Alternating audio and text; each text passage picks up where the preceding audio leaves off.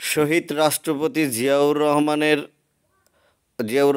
ও আপসীন দেশনেত্রী বেগম খালেদা জিয়া তারুণ্যের অহংকার জনাব তারেক রহমানের আদর্শে গড়া সংগঠন বাংলাদেশ জাতীয়তাবাদী মহিলা দল গাবতলী উপজেলা শাখার ২ নং সোনারাই ইউনিয়ন শাখার কর্মী সভা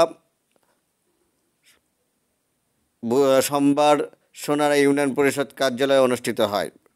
উপজেলা মহিলা দলের সভানেত্রী সরাইয়া জেরিন রনির সভাপতিত্বে উক্ত কর্মী সভায় প্রধান অতিথি হিসেবে উপস্থিত ছিলেন বগুড়া জেলা বিএনপির সহসভাপতি, গাবতলী উপজেলা বিএনপির সভাপতি, ৪২ বগুড়া ৭ গাবতলী শাহজাহানপুর আসনের বিএনপি মনোনীত সাবেক সংসদ সদস্য পদপ্রার্থী মোর্শেদ মিল্টন। উপস্থিত ছিলেন উপজেলা বিএনপির সাধারণ সম্পাদক ইনামুল হক নতুন। উপস্থিত ছিলেন জেলা বিএনপির সদস্য ও উপজেলা বিএনপির সিনিয়র সহসভাপতি প্রভাষক আশরাফ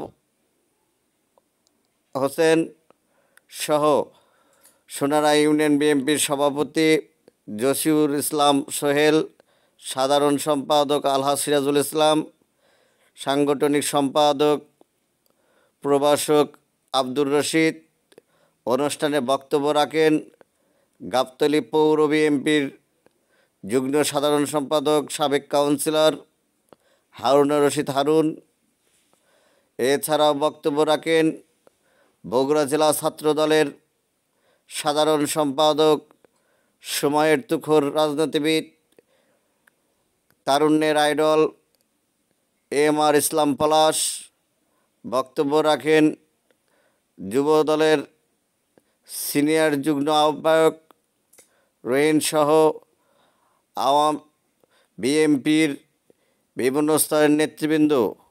এ সময় তারা বলেন, স্বৈরাচার ফ্যাসিস্ট আওয়ামী লীগ সরকারের হাত থেকে দেশ ১৭ বছরে যে পিছিয়ে পড়েছে, এখান থেকে উত্তোলনে সকলকে ঐক্যবদ্ধ হয়ে দেশমাতা বেগম খালেদা জিয়ার হাতকে শক্তিশালী করতে আগামী 13 জাতীয় সংসদ নির্বাচনে সকলকে হাতে হাত মিলে ধানের শীষ প্রতীককে বিজয়ী করতে ঐক্যবদ্ধভাবে কাজ করতে হবে।